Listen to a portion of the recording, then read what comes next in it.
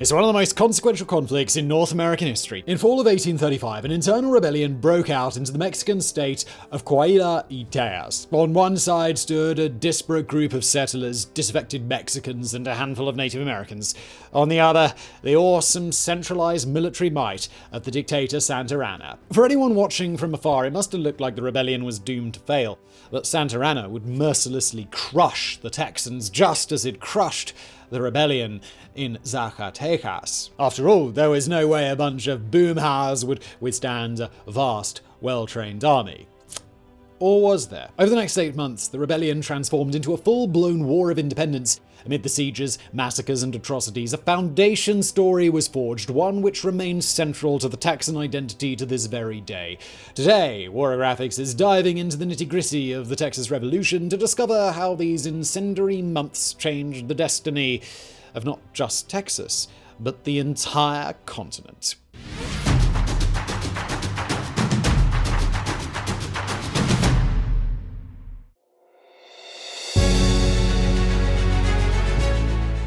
Had anyone ever asked, it's a good bet Moses Austin would have said 1819 was by far the crappiest year of his life. A titan of the lead industry, Moses had moved west in the 1810s, helping establish the Bank of St. Louis. But then the Panic of 1819 hit, sinking financial institutions everywhere, and Moses' bank, and thus his capital, had gone down with them. Hence the decision to head south, to cross the border into what was then the Viceroyalty of New Spain, and seek permission to establish a colony in Spanish Texas. Luckily for Moses, the Spaniards, by that point, were desperate. Back in 1810, Napoleonic shenanigans in Europe had kick-started a popular revolt in New Spain, one which would eventually snowball into the Mexican War of Independence.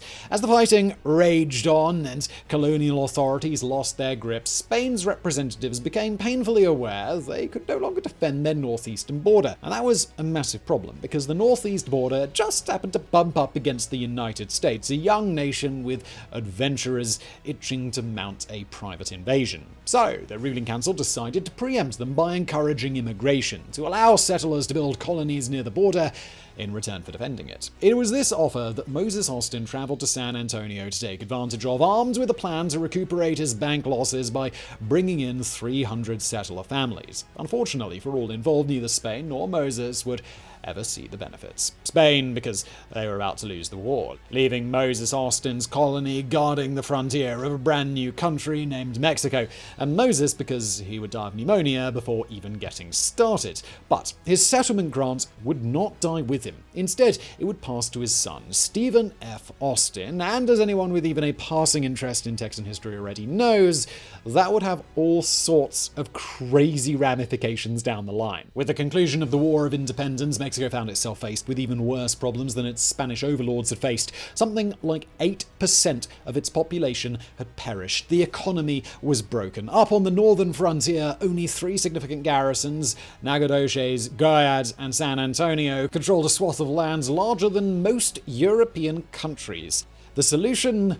More immigration. In 1823, the First Mexican Empire re-legalized colonization, granting Stephen F. Austin the right to bring in yet more settlers. While the empire would collapse within months, the terms to Austin's grant would hold. Any settlers he brought in would get free land, citizenship, and a 7-year exemption from certain taxes. By the end of the year, some 500 settlers had crossed the border, a mixture of Americans, Europeans, and because there's no getting around this, also slaves. Yes, since a lot of the colonists were from the Deep South, they brought their peculiar institution with them, something that would cause major clashes later on. For now, though, the government in Mexico City was simply happy to have men on the border.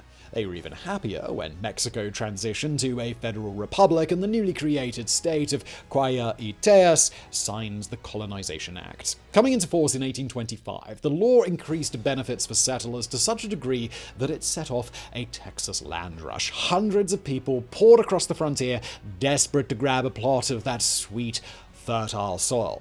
But while this may have been a relief for the government, it also planted the seeds of their nation's dismemberment. So eager was Coahuila y Tejas to get settlers in that state representatives didn't really bother checking just how loyal to Mexico these newbies felt. And while many arrived with no greater dream than to work hard, make some cash, and raise their families, others came with far more radical plans. Plans to break Texas away from Mexico as soon as possible.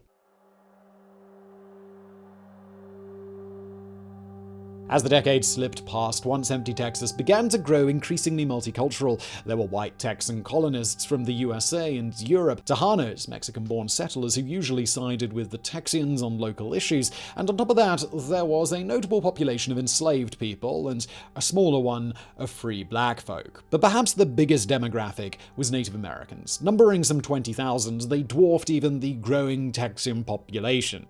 Yet it would be the Anglo settlers who really freaked the government out. In 1827, Manuel de Mer y Terán was sent north to check on the settler program. The year before, a small Texian gang had risen up in the unsuccessful Fredonian Rebellion, and Mexico City wanted to find out if something similar could happen again. Terán's conclusion? It absolutely could. Out on the frontier, Terán encountered plenty of Texians whose loyalty to Mexico ran the gamut from shaky to just utterly non-existent. Worse, these Anglo settlers now outnumbered the Tejanos east of San Antonio, in many places by a ratio of 5 to 1. Like a bunch of Stetson-wearing vampires, Terán concluded the Texians had foolishly been invited in, and now Mexico was at their mercy.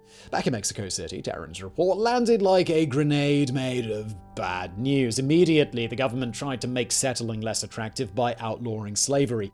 When that didn't work, they suspended the Colonization Act just as the 7-year grace period on taxes and duties expired. Sadly for Mexico City, these changes came just as the nation was on the cusp of exploding.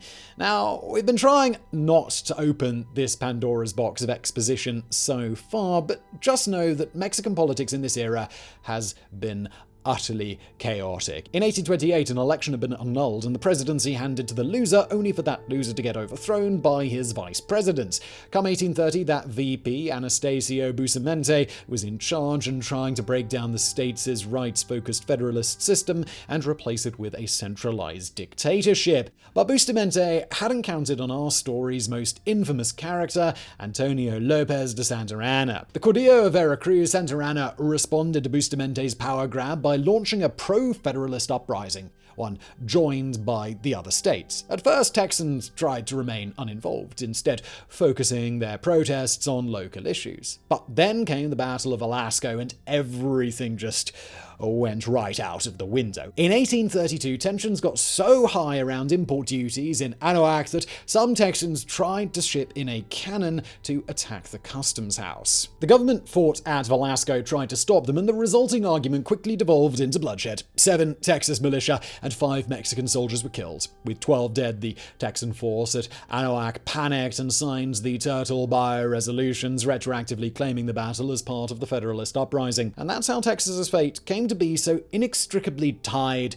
to that of Santa Anna. At first, the settlers seemed to have picked well. Months later, the Caudillo marched triumphantly into Mexico City and installed arch-federalist Valentin Gomez Farias as acting president. But while the Federalists might have won, they were no longer as pro-states' rights as Texas wanted them to be. For backing Santa Anna, the Texans demanded reinstatement of the Colonization Act, 3 more years of exemption from duties, and the separation of Coahuila and Texas into separate states. They even sent Stephen Austin to Mexico City to plead their case, but while Farias and Santa Anna would happily reopen the frontier to immigration, the rest they balked at. By the end of 1833, Austin was so pissed off that he angrily wrote home suggesting Texas should just ditch Coahuila like a bad prom date and strike out on its own. Unfortunately, authorities intercepted this letter and Austin was thrown in jail for sedition. He'd spend the next year and a half languishing in Mexico City. But while it would be an awful experience, it would give him a front row seat for our play's next big act, Santa Anna's transformation from rebel hero into nightmare dictator. The key to understanding Santa Anna's philosophy is to understand that he had no philosophy, no overriding set of beliefs except for whatever made Santa Anna more powerful, hence his decision in 1835 to overthrow the Farias and make himself president, hence his decision to drop federalism, which he saw as losing steam, and cozy up to the centralists, hence too his 7 laws. A giant middle finger into the face of his former supporters, the 7 laws were more like 7 unmitigated disasters. States were stripped of their rights, their legislatures abolished and replaced with appointed governors, lawmaking powers were returned to Mexico City. Suddenly, the entire nation found itself living in a centralist nightmare beyond anything even Bustamante could have dreamed of. So Mexico did what Mexico did best. It went into rebellion. Before the 7 laws were even published, Zacatecas had exploded. In Coahuila, officials refused to obey the central government. But the biggest backlash of all would be in Texas. No sooner had Santa Anna seized power than soldiers were marching into Anahuac to take over the customs house, the same customs house at the center of the 1832 conflagration. By June, rumors were flying that San Antonio was next, that General Martin Perfecto de Cos was on his way to disband the legislature. So William B. Travis decided Texas would just have to strike first. A young American lawyer, Travis had arrived in Texas in 1831, ready to resist Mexico's government. Now he gathered a militia, marched over to the customs house, and forced the soldiers to surrender. It was a key moment in the preamble to the revolution. What it was not, however, is the spark that Travis wanted it to be. Rather than shower him in plaudits, the Texans were more like, whoa, what the hell, Travis? The colonists urgently messaged General Cos, highlighting their loyalty to Mexico and apologizing for the raid. For a couple of months, things quietened down. But this was just the calm before the storm, a brief lull before the Armageddon-sized hurricane of revolution came blasting through. The first gusts came that September. By now, Stephen Austin had been released from jail, certain there was no future in Santa Anna's dictatorship. Backed by other Texans, he called for a state consultation that October to decide what to do next. But before a date could be set, those faint gusts had already reached gale force. Sensing that Texas wasn't going to play nice, General Cos decided to go ahead and occupy the place. On September the 20th, he landed 500 troops at Copano Bay, beginning a fast march towards San Antonio. But while this development would cause panic and spur Austin's call for civilian militias to resist, it wouldn't be Cos who sparked the war. Instead, that dubious honor would fall to State Governor Domingo de Ugartechea. With Cos en route, Ugartechea realized this might be an excellent time to disarm as many Texans as possible. On September the 27th, he commanded Lieutenant Francisco de Castañeda to take 100 men to the settlement of Gonzales on the Guadalupe River and demand back a cannon that the locals had borrowed. Castañeda did as ordered, but when he reached the river, he found 18 Texas militia blocking his path. Unable to cross, Castañeda made camp. Meanwhile, the Texans sent a call out for reinforcements, and before long there were 140 pissed-off settlers ready to go all Texas chainsaw on Castañeda's ass. Wary of starting a new war, Castañeda moved upstream, but it was no good. On the morning of October the 2nd, the Texans charged into his camp, waving a homemade banner with a picture of Gonzales' cannon and the famous words, "Come and take it." Although known as the Battle of Gonzales, what followed should really be known as the Quick Skirmish of Gonzales. After one Mexican was killed, Castañeda asked for parley. In the ensuing conversation, he revealed he was an anti-Santa Anna Federalist who was only there because his honor required him to follow orders. So surprised were the Texans that they asked him to join them. Castañeda politely refused, then led his men in an orderly retreat, and that was that. Except, no. Of course it wasn't. While it may have been over in mere minutes, everyone knew Gonzales had changed everything. Both sides were now ready to fight. Blood had already been spilled, and that meant only one thing. War had arrived in Texas. From now on, the state would be fighting for its very future.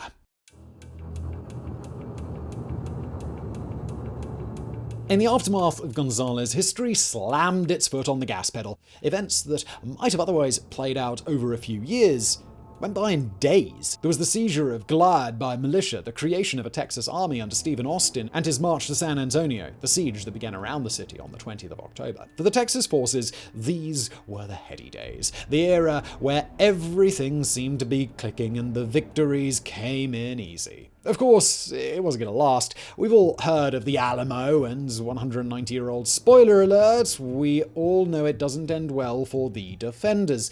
But in these early weeks, it really seemed like Texas might triumph with minimal losses, that the settlers would soon get what they wanted. Although what they claim to want right now might surprise you, because despite everything, the official goal was not yet independence. Rather, the Texans were fighting for a return to Mexico's old Federalist structure. Now, it's debatable how much this was true versus how much it was just something the rebels said for convenience. Certainly, there were some heated arguments behind the scenes. Still, at this point, it was possible to imagine a settlement that saw Texas stay in Mexico, even as the battles taking place around besieged San Antonio began to get bloodier. On October the 28th, the Texan force led by Jim Bowie was attacked at Concepcion by troops under Domingo de Ugartechea. In the resulting firefight, the Texans' highly accurate rifles managed to cut down 14 Mexicans and wound 39 in only 30 minutes. By contrast, the Texans suffered 1 killed and 1 wounded. Almost exactly a month later, the grass fight saw Bowie attack a column of pack animals approaching San Antonio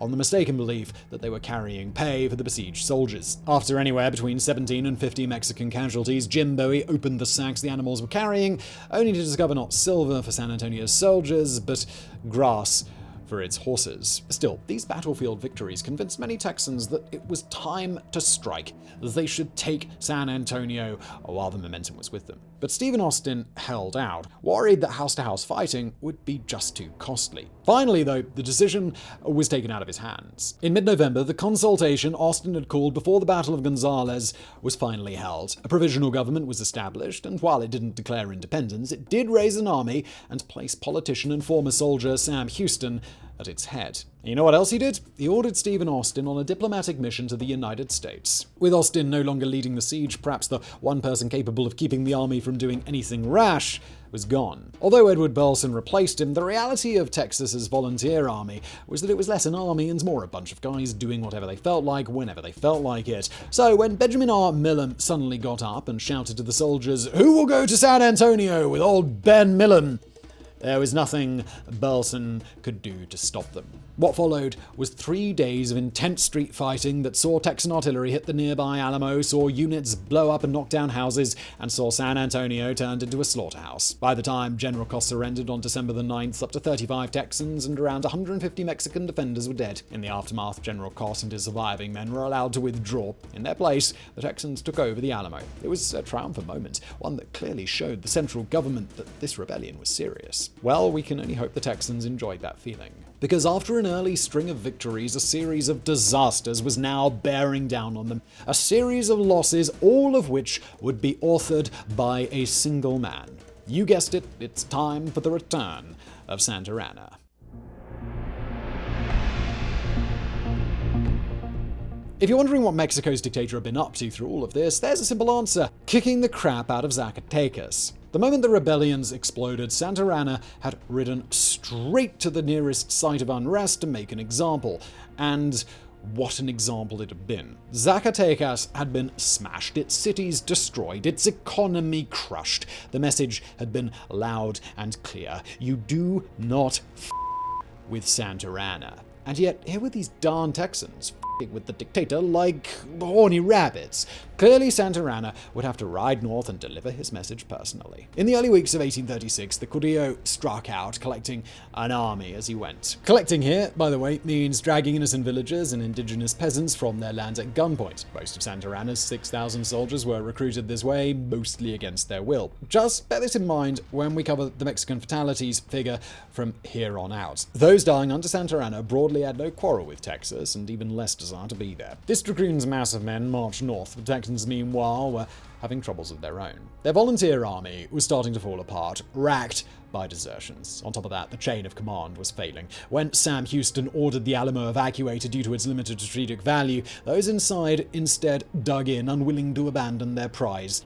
And so we get to perhaps the most famous moment in all of Texas history. Now, we're not going to cover the Battle of Alamo in much depth today. We've already picked it apart in a video on our sister channel, Geographics, and, well, there's more important stuff that we need to focus on here. Instead, we're just going to give you the Crib Notes version, which goes something like this. On February the 23rd, Santa Anna reached the Alamo, fully aware that Sam Houston was right and it was of limited strategic value. But since the Texans had taken it from his forces back in December, his ego wouldn't let him just pass it by. So, a long siege began, one which only ended on March 6th, when Santa Anna sent 1,800 men to take it in a lightning raid. In the fierce lightning that followed, William B. Travis, Jim Bowie, and a newcomer called Davy Crockett were all killed, alongside another 250-ish Texans. Santa Anna lost 600 men, but the Alamo fell. As the dictator himself declared afterwards, "Much blood has been shed, but the battle is over.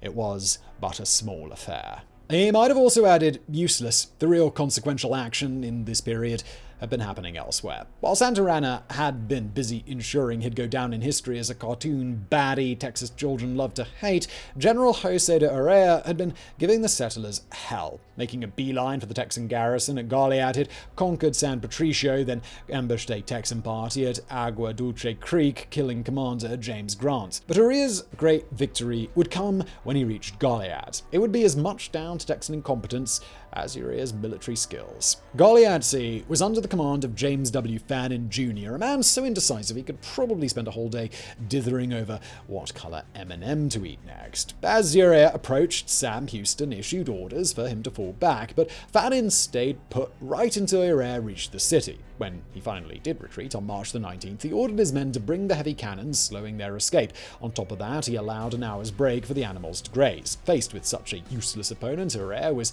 able to surround the retreating Texans at leisure. Boxing them in, he had his soldiers point cannons at the 350 encircled men and demanded a surrender. Left with no choice, Fannin agreed. An honorable man, Urrea allowed the captured Texans to be treated as POWs, but when word got to Santa Anna, he flipped out. A countermanding order came back, demanding their execution. Urrea had no choice but to follow it. On March the 27th, 1836, the Texan prisoners were separated into 4 columns and told they were going to be transferred to different places. The minute the columns marched out of sight of one another, the guards opened fire, killing all 350 POWs. Known as the Goliad Massacre, it was the biggest single Texan loss of life in the Revolution, a war crime designed to crush their will to fight. Instead, though, it'd do something else, something wholly unexpected. It would be Goliad that gave Texans the motivation to finally defeat Santa Anna once and for all.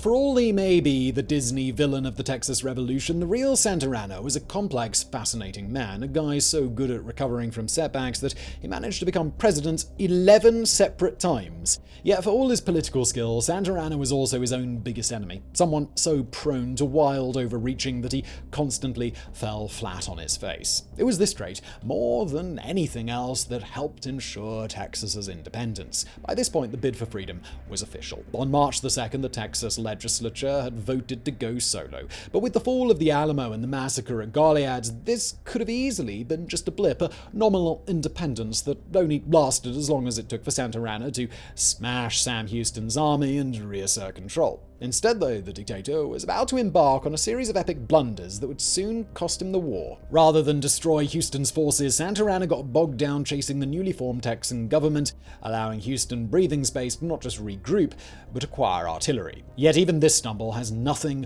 on what happened next. On April the 20th, Santa Anna marched 1,300 men to Lynch's Ferry, a wild, marshy point where the San Jacinto River meets the Buffalo Bayou.